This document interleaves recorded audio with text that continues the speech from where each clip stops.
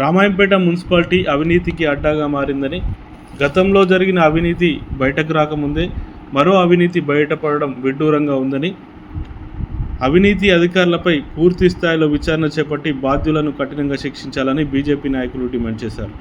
మెదక్ జిల్లా రామాయంపేట భారతీయ జనతా పార్టీ కార్యాలయంలో గురువారం బీజేపీ నాయకులు మీడియా సమావేశం నిర్వహించారు. ఇటీవల వెలుగులోకి వచ్చిన మున్సిపల్ అవినీతిపై వారు ఆగ్రహం వ్యక్తం చేశారు. గతంలో చెత్తబుట్టలు, బ్లీచింగ్ పౌడర్, డ్రీ గార్డుల కొనుగోలులో 1,60,00,000 రూపాయల నిధులు దుర్వినియోగం కాగా, మరో 30 లక్షలు తాజాగా అధికారులు దుర్వినియోగం పాల్పడంపై ఆగ్రహం వ్యక్తం చేశారు. గతంలో జరిగిన అవినీతిలో బాధ్యులను శిక్షించకుండానే మరో అవినీతి రావడం బాధ్యత రహితమని ఈ సందర్భంగా వారు తెలిపారు.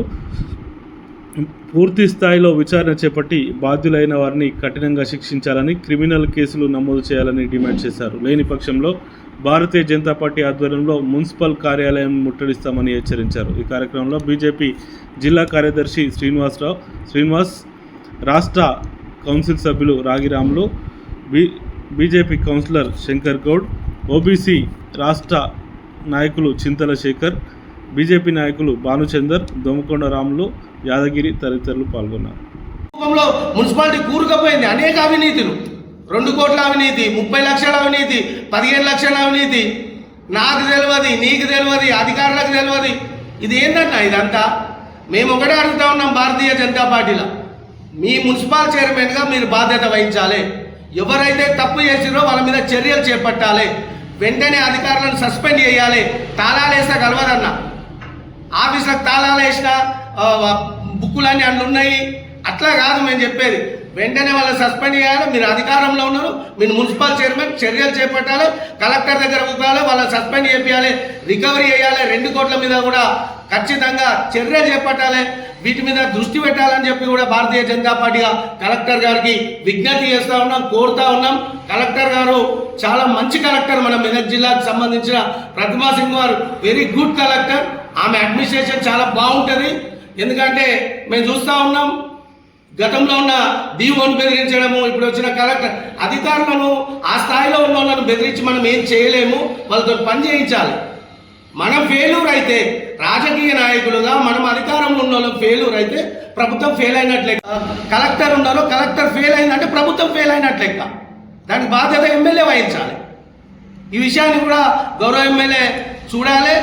ఎందుకంటే మేము అడుగుతా ఉన్నాం, ఖచ్చితంగా భారతీయ జనతా పార్టీగా రామాయంపేట రెవెన్యూ డివిజన్ కావాలి, రామాయంపేట నియోజకవర్గం కావాలి. గతంలో ఉన్నట్టు రామాయంపేట అభివృద్ధి చెందాలి.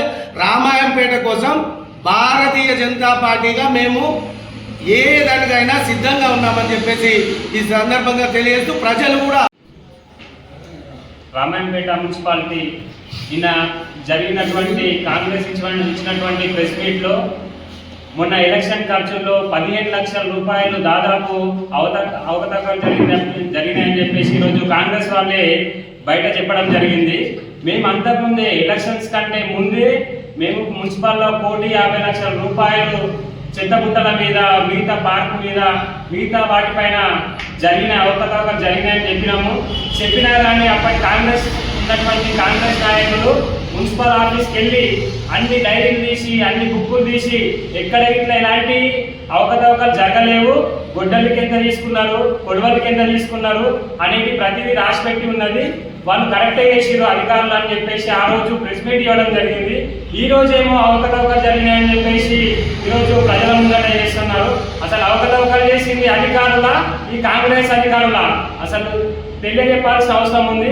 దాదాపు గత ప్రభుత్వం ఇలా గత అధికారులు, గత రాజకీయ నాయకులు, గత చైర్మన్ కూడా లాస్ట్ టైం చాలా అవినీతి జరిగినట్లు ఆరోపణలు ఉన్నాయి. ఇప్పుడేమో ఇద్దరు సమర్థించుకుంటున్నారు. కండువలు మారుతున్నాయి తప్ప వ్యక్తులు మారలేదు రామాయంపేటలో. ఇది రామాయంపేట ప్రజలు ఆలోచన చేయాలి. ఈ రోజున్న కండువా రేపేసుకొని అధికారంలోకి వస్తున్నారు తప్ప మిగతా రామాయంపేటని అభివృద్ధి చేసేది ఇప్పటి వరకు ఏమీ లేదు. ఇప్పటి వరకు 40 ఫీట్ల రోడ్డు చేయడానికి 2 ప్రభుత్వాలు 2 టర్ములు మున్సిపాలిటీ వాళ్ళు చేస్తా ఉన్నారు.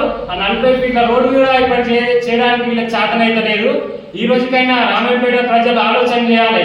దాదాపు 20 ఏళ్ల నుంచి అవకతవకలు వీళ్ళే జరుపుతున్నారు. ఈ పార్టీ నుంచి ఆ పార్టీలోకి, ఆ పార్టీ నుంచి ఈ పార్టీలోకి తప్ప ఇక్కడ రామంపేట ప్రజలకు చేసింది ఏమీ లేదు. కాబట్టి రామంపేట ప్రజలు ఒకసారి ఆలోచన చేయాలి. అదే విధంగా ఇది చేసింది అధికారుల, రాజకీయ నాయకుల, ఇప్పుడున్న మున్సిపల్ కమిటీ మాకు ముందే ఈ విషయం పైన ఖచ్చితంగా బహిరంగ లేఖ ఇవ్వాలి. మేము దీనిపైన ఎంపీ గారి దృష్టికి ఇట్లా తీసుకెళ్తాము. లాస్ట్ టైం కూడా మేము చెప్పినటువంటి 1,25,00,000 రూపాయలు అవి కూడా ఇప్పటి వరకు ఎలాంటి చర్య చేపట్టలేరు. ఇప్పుడు ఇట్లా 15 లక్షలు అంటున్నారు, 30 లక్షలు అంటున్నారు. ఎలక్షన్ లో ఇంత ఖర్చు అవుతాయా? మరి ఎప్పుడు ఇట్లా ఇంత ఖర్చు ఎక్కడ లేదు. ఆల్రెడీ ఈ ఖర్చు అవుతుందని బీఆర్ఎస్ వాళ్ళే ప్రెస్ మీట్ చెప్పారు. కాబట్టి దీనికోసం ముందే ఖచ్చితంగా కలెక్టర్ దృష్టికి ఇట్లా మేము ఇట్లా తీసుకెళ్తాం. ఖచ్చితంగా వీటి అవకతవకలు ఏముంది, ప్రభుత్వం వాళ్ళు అధికారులు చేస్తున్నారా లేదా రాజకీయ నాయకులు చేస్తున్నారా, ఇప్పుడున్న అధికారులు